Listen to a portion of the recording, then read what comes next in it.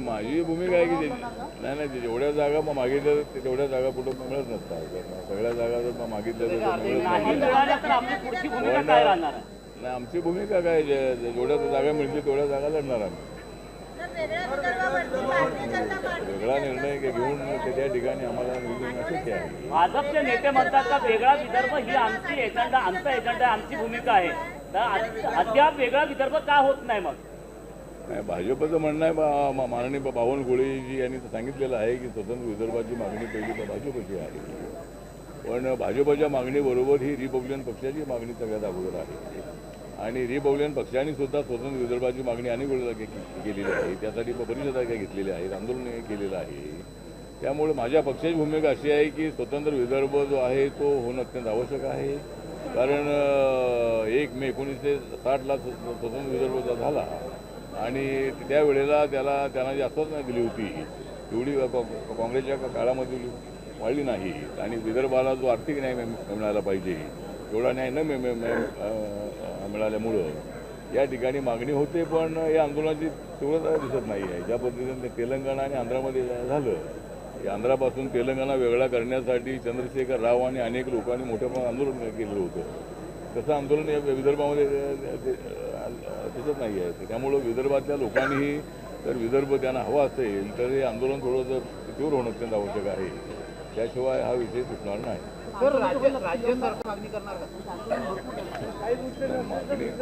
मागणी आमची आहेच. आमची मागणी अजेंडामध्ये आमची मागणी आहे. मागच्या वेळेला ज्या वेळेला हे तेलंगणाचं झालं त्याच वेळेला हे होणं अत्यंत आवश्यक होतं.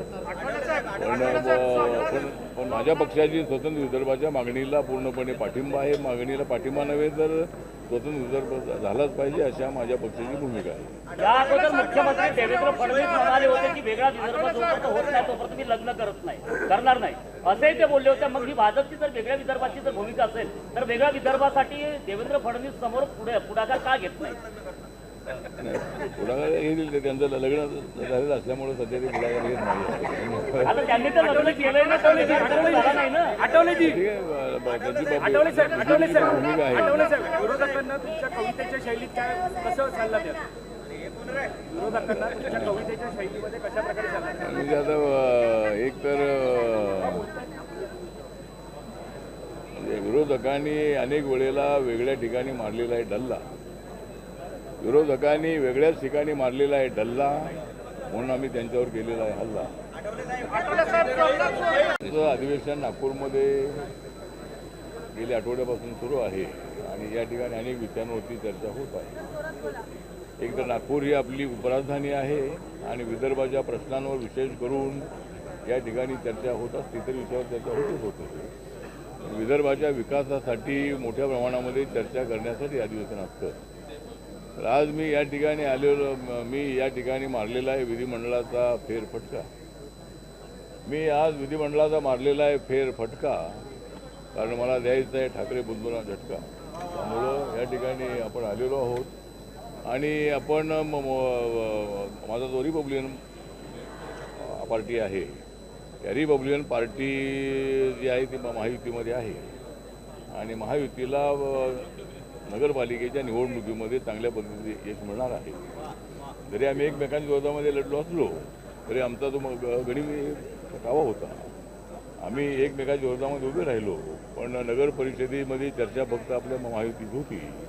त्यामुळं ठाकरे बंधूंची चर्चा नव्हती किंवा काँग्रेसची फार चर्चा नव्हती.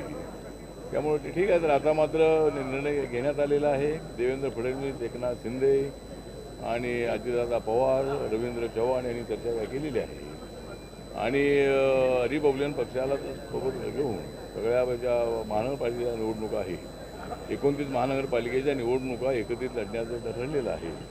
त्याप्रमाणे त्याच्यामध्ये रिपब्लिकन पक्षाला आपला हिस्सा मिळावा. अनेक ठिकाणी रिपब्लिकन पक्षाची ताकद अनेक शहरामध्ये आहे. त्यामुळे रिपब्लिकन पक्षाला काही जागा मिळायला पाहिजे या दृष्टिकोनातूनही मी प्रयत्न करणार आहे. त्यामुळं आता हे अधिवेशन जे आहे ते आता उद्यापर्यंत आहे. महानगरपालिकेच्या निवडणुका 2-3 दिवसात अनाऊन्स होण्याची शक्यता आहे. त्यामुळे मुंबईची महानगरपालिका जी आहे आमच्यासाठी अत्यंत अस्तित्वाची आहे आणि मुंबईमध्ये आणि सगळ्याच महानगरपालिका जी आहे जिल्हा परिषद आहेत, पंचायत समिती आहेत, त्या सगळ्या एकत्रितपणे लढण्याच्या संबंधाचा निर्णय झालेला आहे आणि त्यामुळं महायुतीला प्रचंड अशा पद्धतीचं यश या स्थानिक स्वराज्य संस्थांमध्ये मिळणार आहे. त्यामुळे माझा रिपब्लिकन पक्ष जो आहे हा महायुतीसोबत आहे आणि महायुतीला प्रचंड यश मिळवून देण्यासाठी माझा पक्ष सातत्यानं प्रयत्न करत राहणार आहे.